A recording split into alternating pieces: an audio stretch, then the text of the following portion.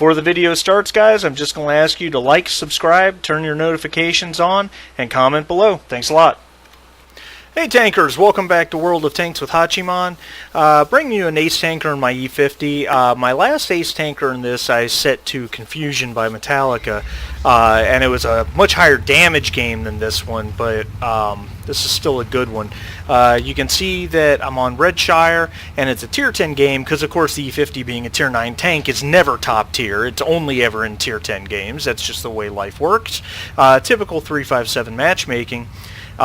Tier 10 platoon on the enemy team, which is very scary, an E5, an Object 140, and a 268 version 4, which even after the nerf is still brutally OP. The E50 is a really heavy medium tank. It's got a top speed of 65, but it very, very rarely meets that because its weight to power ratio is lower than most medium tanks at tier 9, and or horsepower to weight ratio, you know what I meant. And it's a very heavily armored machine. You can bounce a lot of shots. You can make mistakes. It's almost like playing a Sherman Jumbo at tier 6. So I come over to the castle, and I'm very staunchly aware that I have no support whatsoever.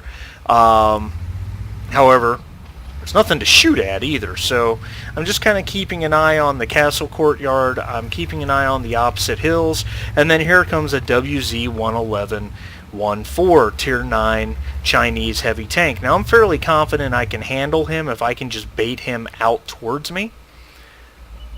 And here he comes. And of course my first shot bounces off the side, even though I've got 220 or 229 millimeters of pen with my standard AP rounds. That's the one thing you'll find with this tank. The 105 gun on it, its penetration's okay for tier 9 medium. It's not great, but the accuracy is fantastic. The DPM sucks, I'll just be blunt. With rammer vents and BIA crew, and I take his track off and back off, he's over-angling very well, and that's exactly what I don't want to see is that version 4. But he decides he doesn't get the gun depression, doesn't want to come out, takes a hit for it, and backs off. WZ-111 1-4 is firing HE at me, which is really bizarre. Take a little bit of damage. You don't fire HE at an E50. It's a tough tank. And I go ahead and heal my radio operator. Now, let me pause this. I almost never heal a radio operator, but I did it in this particular instance for a very specific reason. I've got a whole bunch of tanks over here, TDs, ready to support me, but if my radio doesn't reach them, they're not going to be able to see these guys. So I just made the decision that at this point I need my radio operator up and running, and I got a Jaegeru coming to help me.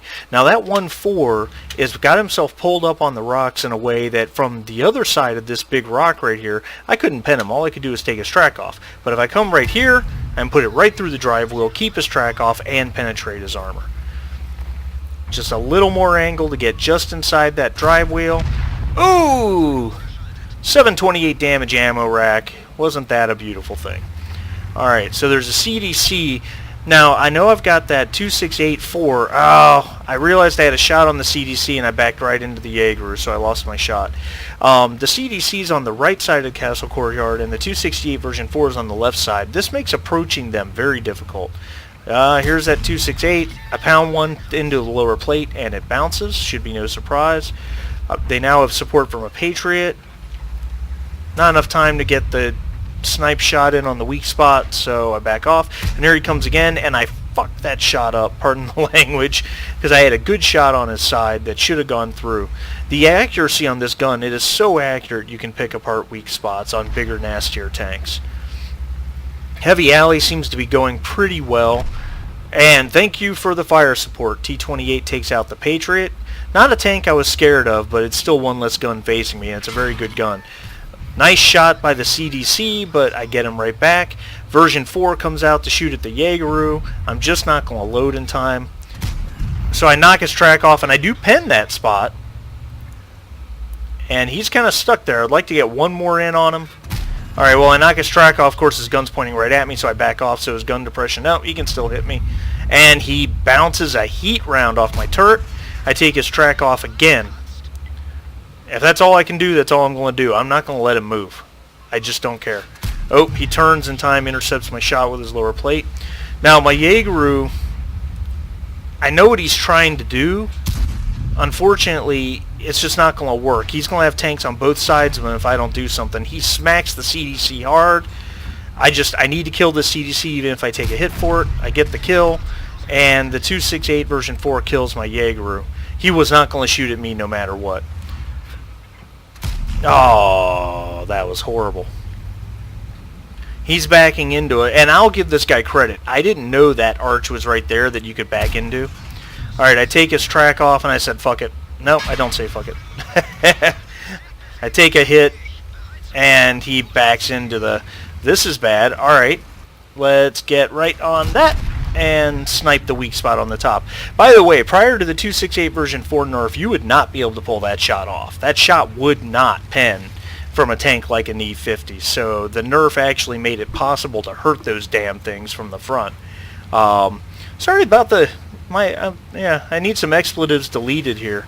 Maybe I should go back through and re-edit and beep myself out. Alright. Looking for their support on the back side of the hill. I don't like my angles, so I back out. I keep my front armor to the front of where those guys would be, just in case. And after thinking about it, I said, alright, we're going to come out over on this side. I should have some lovely shots. Yep, there's the Kanonen Jagdpanzer 105. One into him. I lose the spot, so instead, I'll pound one into the side of that 140. Whose platoon mate I killed. Looking for another one, lose the spot again. And there's the Kanonen Jagdpanzer 105 again. One into him on the move. Already back there, not much I can do. I'm going to take a hit for this, I think. Yep. But he's dead. I was willing to take that hit. I had enough hit points to survive it. There's that very dangerous Soviet or Chinese tank destroyer, and not sure what my buddy's doing there, but I'm going to help him any way I can. Farm some damage on the side of this guy. And now it's just... I really don't know why he's ramming the front of that thing. But that's okay. It's easy damage for me. And he's dead. Nice shot, Hachi. So now I'm wondering, with 5 kills, if I can pull off a 6th, but there's just no way I'm going to get to that M50 355 unless he's running my way, which he is, but he's still not getting away from the Object 140. Oh, actually, the Waffenträger Panzer 4. So, quick, furious battle. You got to see some high points of the E50, bounce some shots. Let's take a look at the post-game stats. So here we are at the post-game stats, and you've got the Ace Tanker, of course, the High Caliber Award, and a Spartan Medal, and a host of little medals like Duelist, Fire for Effect, Fighter, Bruiser, Demolition Expert, etc. I was number 1 on the team, which should be no surprise with a High Caliber Award and 5 kills, with a base XP of, what was that, 1422? It's very small on my screen, sorry. And then in terms of individual stats, 25 shots fired with 22 hits, which is an 88% accuracy, so it shows you what this gun's capable of doing in terms of hitting targets. Only 15 pens, so 60% penetration rate on all my shots total, which is a little light, but 5,411 damage, 2,640 at a distance over 300 meters, so there's your snipe capability. And I did block 1,400 damage. I took 6 hits, and I blocked 2 of them, which isn't terribly great, but you gotta keep in mind I'm a medium tank, so those 2 shots would have ended me early if I had been in just about any other Tier 9 medium tank. So it's anyway, you got to see the armor, you got to see the gun, you got to see the somewhat lackluster mobility. I hope you got to see enough on the E50 to decide whether or not you think it's a good tank for you. And I thank you guys so much for watching, and we will see you next time.